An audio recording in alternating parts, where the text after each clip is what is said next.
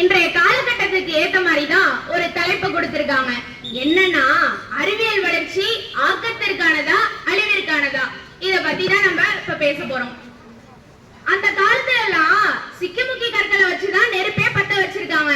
ஆனா இன்னைக்கு நெருப்பு கிரகணமான செவ்வாய் கிரகணத்துக்கே போய் ஆராய்ச்சி செய்யற அளவுக்கு எவ்வளவோ மாறிடுச்சு. இந்த மாற்றத்துக்கு எல்லாம் என்னங்க காரணம்? அறிவியல் தாங்க காரணம். அந்த காலத்துல எல்லாம் நம்ம கல்வி கத்துக்கணும்னா ஒரு மரத்தடியில உட்கார்ந்துதான் கல்வியே கத்துக்குவோம். ஆனா இன்னைக்கு இவ்வளவு பெரிய கட்டடத்துக்குள்ள இவ்வளவு பாதுகாப்போட உட்கார்ந்து இருக்கோமே, இதுக்கெல்லாம் என்னங்க காரணம்? இதுக்கும் அறிவியல் தாங்க காரணம். அறிவியல் எவ்வளவோ மாறிடுச்சு. அறிவியல் வளர்ச்சியை பத்தி பேச ஆரம்பிச்சோம்னா பேசிட்டே இருக்கலாங்க. இப்போ அறிவியல் வளர்ச்சியோட நன்மையை பத்தி பேச வந்திருக்காங்க இவங்க 3 பேரும்.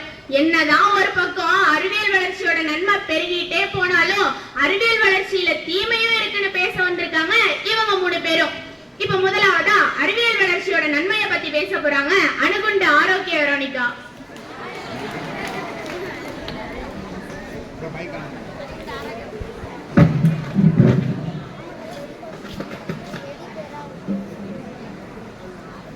அனைவருக்கும் என் இனிய வணக்கம். அறிவியலின் வளர்ச்சி நன்மையே என்று கூற வந்துள்ளேன். இல்ல, அறிவியலின் வளர்ச்சி நன்மைதான் என்று கூற வந்துள்ளேன். அறிவியலின் வளர்ச்சி அனைத்து துறைகளிலும் பங்கு பெற்று வருகிறது. முக்கியமா சொல்லணும்னா மருத்துவ துறையிலாம் அந்த காலத்துலலாம் குறைஞ்சது 4 பேருக்காச்சும் போலியோ அட்டாக் இருக்கும். ஆனா இப்ப குழந்தைகளுக்கு அதுக்கான மருந்தை கண்டுபிடிச்சு போலியோங்கிற நோயே இல்லாம பண்ணிட்டாங்க. ஒரு கரு உருவாக ஈருயிர் தேவை என்று, ஒரு செல் மட்டும் போதும் குளோனிங் குழந்தைகள் என்று. ஆமா நடுவர் அவர்களே, அந்த காலத்துலலாம் குழந்தை இல்லைன்னா என்னென்னமோ பேர் வச்சிடறாங்க, மலடி அது இது என்னென்னமோ. ஆனா இப்ப குழந்தை இல்லைன்னா மருத்துவமனையே அதற்கு அணுகி குழந்தை பெற்று சந்தோஷமா இருக்காங்க. அதுக்கெல்லாம் என்ன காரணம்னு நினைக்கிறீங்க? அறிவியல் வளர்ச்சி மட்டும்தான் காரணம். இப்ப அந்த காலத்துல உடம்புல ஏதாச்சும் ஒரு பிரச்சனை இருந்துச்சுன்னா என்ன பிரச்சனைனே தெரியாம இருந்துடுறாங்க. ஆனா இப்போ மருத்துவமனையில இருக்கக்கூடிய எக்ஸ்பென்சிவான டெக்னாலஜினால எக்ஸ்ரே ஸ்கேன் மூலமா எந்த நோய் நொடி வந்தாலும் விளக்கிடுறாங்க. ஆமாதானே நடுவர் அவர்களே? ஆமாதாங்க. இப்ப என்னோட முன்னோர் பற்றி என்னோட வரலாற்று பத்தி எல்லாம் அந்த காலத்துல தெரிஞ்சுக்கணும்னு வைங்களேன், 7 கடல் 7 மலை இதெல்லாம் கடந்து தெரிஞ்சுக்கணும். ஆனா இப்ப எனக்கு ஏதாச்சும் ஒரு இன்ஃபர்மேஷன் வேணும்னு வைங்களேன், கூகுள்ல போய் தட்டுனா பட்டுன்னு எல்லாம் ஆன்சர் வந்துடும். ஏன் என் எதிரணியில இருக்காங்களே மோனிஷா அவர்களே, கூகுள்ல தானே ஸ்கிரிப்ட் எடுத்தீங்க, எங்க இல்லன்னு சொல்லுங்க பாப்போம். எப்படிங்க இல்லன்னு சொல்லுவாங்க? வேணும்னா என் எதிரணியில இருக்காங்களே அது நட்டி சொல்லலாம். சரி அதெல்லாம் எதுக்கு நமக்கு? கடைசியா கண்ணதாசன் பாட்டு சொல்லி முடிச்சிடவா? ஐயோ, கண்ணதாசன் கண்ணதாசன் காரக்குடி அப்படி போயிடாதீங்க. நான் சொல்றது அந்த கண்ணதாசன் இல்லைங்க, வேற கண்ணதாசன். பூமியில் இருப்பதும் வானில் பறப்பதும் அவரவர் எண்ணங்களே, நெஞ்சில் துணிவிருந்தால் நிலாவுக்கும் போய் வரலாம். சரி, நிலாவுக்கு எப்படி போறது? பூமிக்கும் நிலாவுக்கும் ஏணி வச்சா போக முடியும்? இல்ல நிலால பாட்டி வடை சுட்டு இருக்குமே அது கூட்டு போகுமா? அதெல்லாம் இல்ல. அப்புறம் எப்படிதான்ப்பா போறது? ராக்கெட் என்கிற விஞ்ஞான கண்டுபிடிப்பு மூலமா மட்டுமே நிலாவிற்கு போய் வரலாம். இன்னொன்னு சொல்றேன், கவிஞர்களின் வளர்ச்சியை கூட அறிவியல் வளர்ச்சி இருந்தா மட்டும்தான் நிறைவேற்ற முடியும் என்று கூறி என் உரையை முடித்துக் கொள்கிறேன். நன்றி, வணக்கம். ஆஹா, அருமை அருமை. உண்மைதானங்க அவங்க சொல்றதும்? ஏணிய வச்சா ஏறி போக முடியும், இல்ல பாட்டி தான் வந்து அழைச்சிட்டு போவாங்களா? அறிவியல் வளர்ச்சினால தானங்க நிலாவுக்கு போக முடியும். சரி விடுங்க, இது ஒரு பக்கம் இருக்கட்டும். என்னதான் அறிவியலோட நன்மையை பத்தி இவங்க பேசினாலும் இவங்களுக்கு எதிராக அறிவியல் வளர்ச்சி தீமையை பத்தி பேச வராங்க மத்தாப்பு மோனிஷா.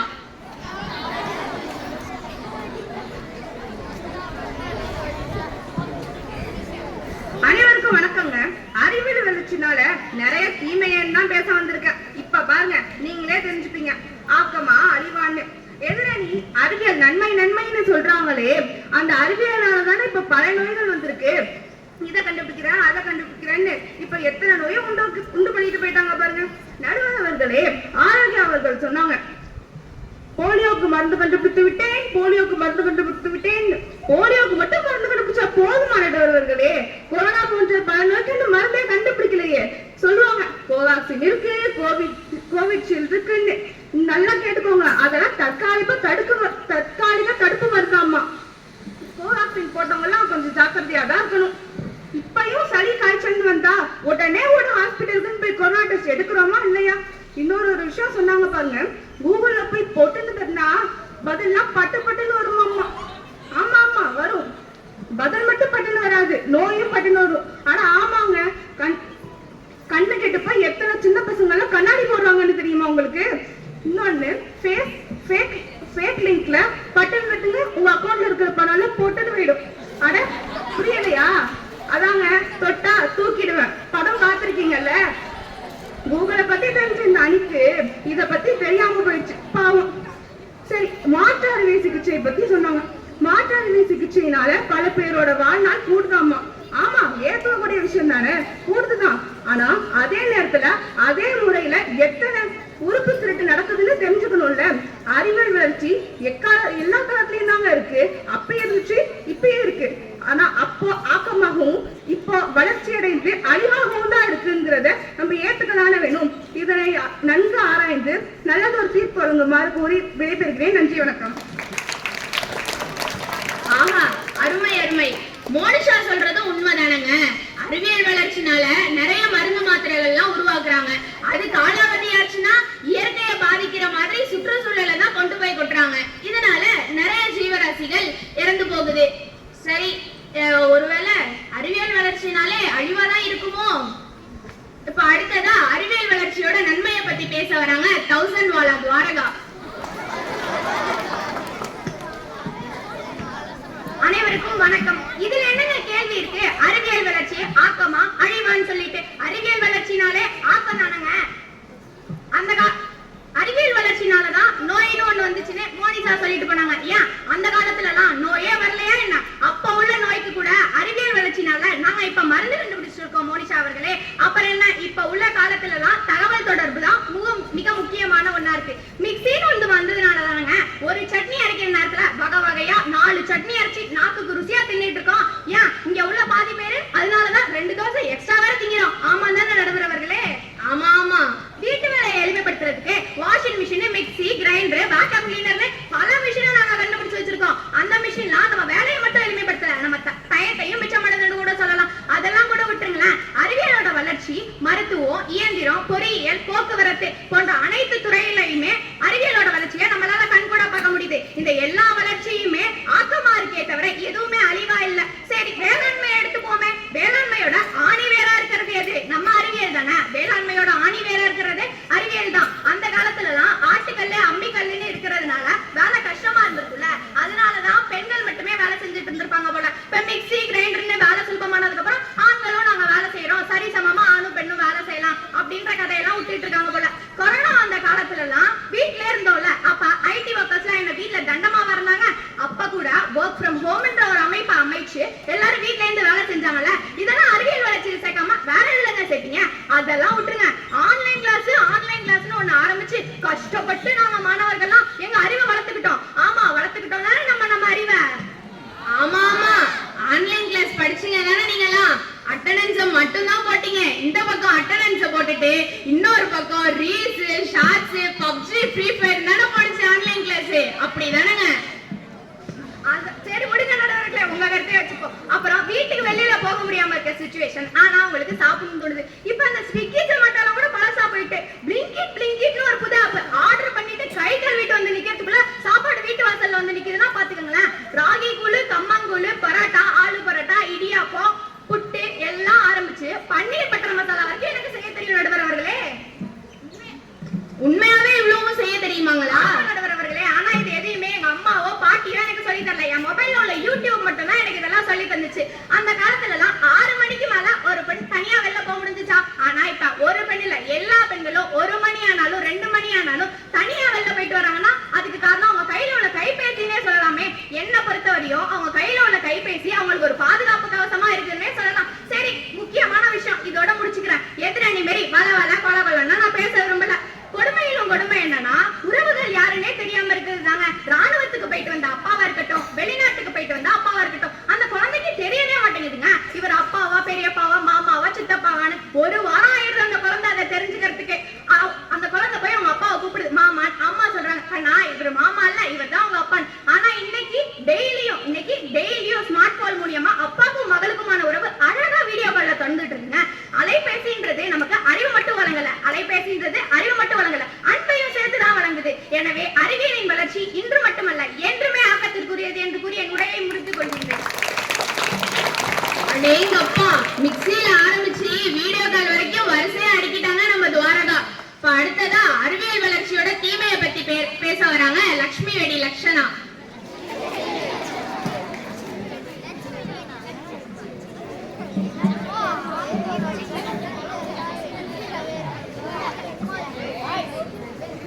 அனைவருக்கும் வணக்கம். அறிவியல் வளர்ச்சி அழிவிற்காக மட்டுமே என்ற தலைப்பில் பேச வந்துள்ளேன். ஆன்லைன் கிளாஸ்க்கு போன் யூஸ் பண்றங்கிற பேர்ல எல்லாரும் படிக்காம வீடியோ கேம்ஸ் தானே விளையாட ஆரம்பிச்சாங்க. இதெல்லாம் அறிவியல் வளர்ச்சின்னு சொல்றாங்க. மிக்ஸி கிரைண்டர்னு வந்ததுனால அவங்க டைம்லாம் மிச்சமாச்சுன்னு நம்ம துவாரகா சொன்னாங்க. அதனால நிறைய பெண்கள் வலிமை இல்லாம சோம்பேறியா போயிட்டாங்க. அப்பெல்லாம் ஆட்டுக்கல் அம்மிக்கல்லுன்னு இருந்ததுனால அவங்க பலமா இருந்தாங்க. ஆட்டுக்கல்ல உட்கார்ந்து ஆட்டினதுனால அவங்க இடுப்பெலும்பு பலமாச்சு. குனிஞ்சு துணி துவைச்சதுனால அவங்க முதுகெலும்பு வலுவடைஞ்சிச்சு. எதிரணியில உள்ள துவாரகா சொன்னாங்க, ஒரு சட்னி அரைக்கிற நேரத்துல 4 சட்னி அரைச்சிடலான்னு. அந்த 4 சட்னி அரைச்சு 4 நாள் ஆச்சா 40 நாள் ஆச்சான்னு தெரியல. அதனால 4 வகையான நோய் வருதுன்னு சொல்றாங்க. இதெல்லாம் அறிவியல் வளர்ச்சின்னு சொல்றாங்க நடுவர் அவர்களே. அப்பெல்லாம் சாப்பிட்டோன்னே வெத்தலை பொட்டியோட அவங்க வைஃப் நிப்பாங்க. இப்பெல்லாம் மாத்திரை பொட்டியோட தான் நிக்கிறாங்க. இதெல்லாம் உண்மைதானே நடுவர் அவர்களே? உண்மைதாங்க. யூடியூபை பார்த்து அத்தனை வகையான சமையலை கத்துக்கிட்டேன்னு சொன்னாங்க துவாரகா. ஆனா அந்த யூடியூப் இருக்கிறதுனாலதான் இப்ப சின்ன குழந்தைங்களுக்கு கூட கண்ணாடி போடுற நிலைமைக்கு வந்துட்டு. இப்பெல்லாம் வீட்டுல ஆளுக்கு ஒரு செல்போன் வச்சிருக்காங்க. அன்னைக்கு பாரதியார் சொன்னாரு, காலை எழுந்தவுடன் படிப்பு, பிறகு கனிவு கொடுக்கும் நல்ல பாட்டு, மாலை முழுவதும் விளையாட்டுன்னு. அந்த காலம் மாறி காலை எழுந்தவுடன் பேஸ்புக்கு, கனிவு கொடுக்கும் வாட்ஸ்அப், மாலை முழுவதும் ட்விட்டர்னு காலம் மாறி எங்கேயோ போச்சு. எனவே இப்படி காலம் கெட்டு கிடக்கிறதுல ஆக்கம்னு சொல்லுவாங்களா அழிவுன்னு சொல்லுவாங்களா? நீங்களே பார்த்து முடிவு பண்ணிக்கோங்க. நன்றி. மிக சிறப்பு. ஆமா, இந்த ஆன்லைன் கிளாஸ்னால போனை வாங்கி கொடுத்ததுதான் போதும், அந்த போனை திரும்ப வாங்கவே முடியல. அந்த காலத்துல எல்லாம் ஆட்டுக்கல்லு அம்மிக்கல்லோட சைஸ்லாம் பெருசா இருந்துச்சு, அதை பயன்படுத்துறவங்களோட சைஸ் சிறுசா இருந்துச்சு. ஆனா இந்த காலத்துல அம்மிக்கல்லு ஆட்டுக்கல்லுன்னு இருக்கிற அந்த மிக்ஸி கிரைண்டரோட சைஸ்லாம் சிறுசா இருக்கு, அதை பயன்படுத்துறவங்களோட சைஸ் பெருசா இருக்கு. சப்பா, இது சரியான போட்டியா இருக்கும் போல. சரி, இப்ப அடுத்ததா அறிவியல் வளர்ச்சியோட நன்மையை பத்தி பேச வராங்க அதிரடி சரவடி தேன்மொழி.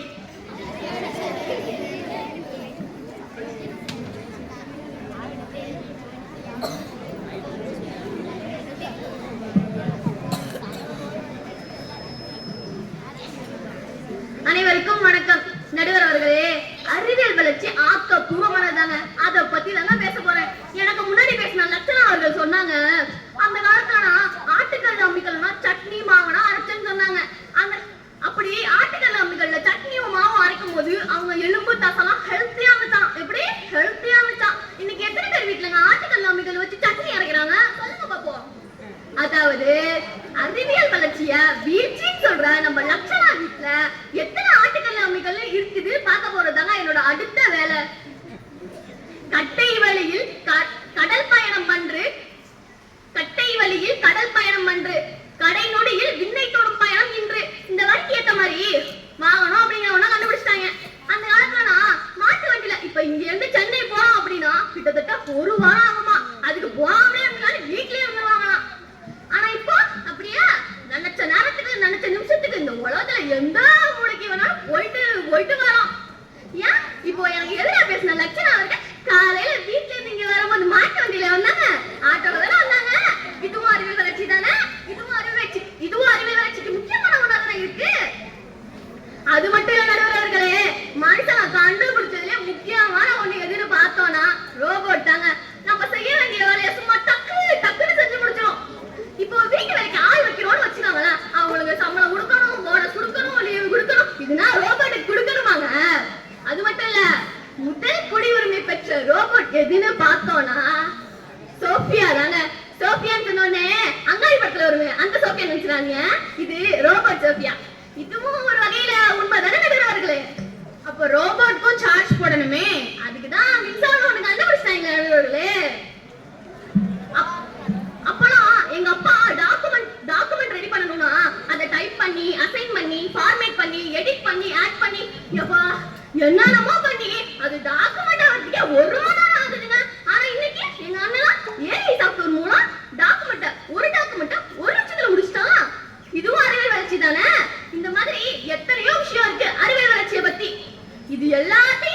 வச்சுட்டு நான் அறிவியல் வளர்ச்சியோட தீமையை பத்தி தான் பேசுவேன்னு ஒரு 3 பேர் இங்க வந்து உட்கார்ந்துருக்காங்க. இவங்களை என்னத்த சொல்றதுன்னு எனக்கே தெரியல. எனவே நடுவர் அவர்களே, அறிவியல் வளர்ச்சியை நன்கு பயன்படுத்த நம்ம நடுவர் அவர்களுக்கும் தெரியும் அறிவியல் வளர்ச்சி ஆக்கப்பூர்வமானதுதான் அப்படிங்கிற நல்ல தீர்ப்பை வழங்குமாறு தாழ்மையுடன் கேட்டு தந்த வாய்ப்புக்கு நன்றி கூறி விடைபெறுகிறேன். சிறப்பு.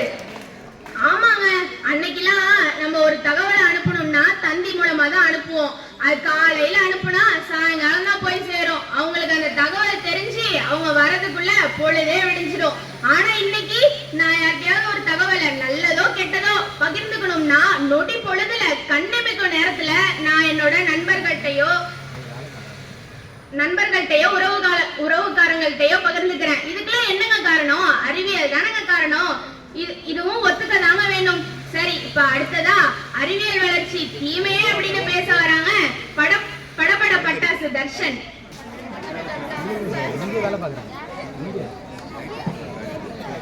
அனைவருக்கும் வணக்கம். இந்த ஜிபேன்னு ஒண்ணு சொல்றாங்க. இது அவசரத்துக்காக நான் ஒருத்தவங்களுக்கு நினைச்சா ஈஸியா பணம் அனுப்பிடலாமா? அதே அந்த ஜிபே யூஸ் பண்ண தெரியாதவங்களுக்கு ஒரே ஒரு நம்பர் மாத்தி போட்டாலும் அது யாருக்கோ தானே போகுது நடுவர் அவர்களே. இதுதான் உங்க அறிவியல் வளர்ச்சியா? அடுத்து ஒரு சட்னி அரைக்கிற நேரத்துல 4 சட்னியா? இதே மாதிரிதான் காலம்புரை எங்க அம்மா 3 வகையான சட்னி அரைச்சிருக்கேன், வாப்பா சாப்பிட அப்படின்னு கூப்பிட்டாங்க. போய் பார்த்தா நேத்திக்கு அரைச்ச சட்னியா, முந்தானேத்திக்கு அரைச்ச சட்னியா, இன்னைக்கு காலம்புரை அரைச்ச சட்னியா? கேட்டா குயிக் ஈஸின்னு சொல்றாங்க. போற பக்கம் பார்த்தா நான் குயிக்கா போயிருவோம் போல இருக்கு. இதனாலதான் நடுவர்களே காலம்புரை நான் ஸ்கூலுக்கு வரும்போது மெடிக்கல் ஷாப்லாம் ஒரே கூட்டம் நடுவர்களே. இதுதான் அவங்களுடைய அறிவியல் வளர்ச்சியா? அடுத்து விமானத்துக்கு நொடி பொழுதுல நாங்க செவ்வாய்க்கிழமைக்கே போயிருவோம் அப்படின்னு சொல்றாங்க. உங்களை மாதிரியும் என்ன மாதிரி நடுத்தர மக்கள் போக முடிஞ்சாதான் அது அறிவியல் வளர்ச்சியாகும் நடுவர் அவர்களே. அடுத்து வாகனத்துல ஒரு இடத்துல இருந்து இன்னொரு இடத்துக்கு சீக்கிரமா போயிடலாமா, நேரம் மிச்சப்படுமா? அதுல இருந்து வர புகை நச்சு புகையினால எத்தனை பேர் பாதிக்கப்படுறாங்கன்னு தெரியுமா நடுவர் அவர்களே? இதுதான் உங்களுடைய அறிவியல் வளர்ச்சியா? அடுத்து ரோபோட்டிக்ஸ், சோபியா ரோபோட்டா. அந்த ரோபோட்டை இன்டர்வியூ பண்ணும்போது அவர்கிட்ட ஒன்று கேட்டிருக்காங்க, உனக்கு தேவைப்பட்டா மனிதனையே நீ கொல்லுவியா அப்படின்னு கேட்டதுக்கு அந்த சோபியா ரோபோட் எனக்கு தேவைன்னா நான் என்ன ஆக்குனவர்களையும் நான் அழிக்க தயங்க மாட்டேன்னு சொன்னிச்சு நடுவர் அவர்களே. இதுதான் உங்களுடைய அறிவியல் வளர்ச்சியா? இதனால நம்ம ஊர் பக்கம் எங்கேயாவது ரோபோட்டை பார்த்தாலே பயமா இருக்கு நடுவர் அவர்களே. அடுத்து ஏஐ சாப்பிட்டோம். ஏஐல நம்ம எது தெரிஞ்சாலும் நம்ம ஈஸியா கிடைச்சிரும் அப்படின்னு சொல்றாங்க.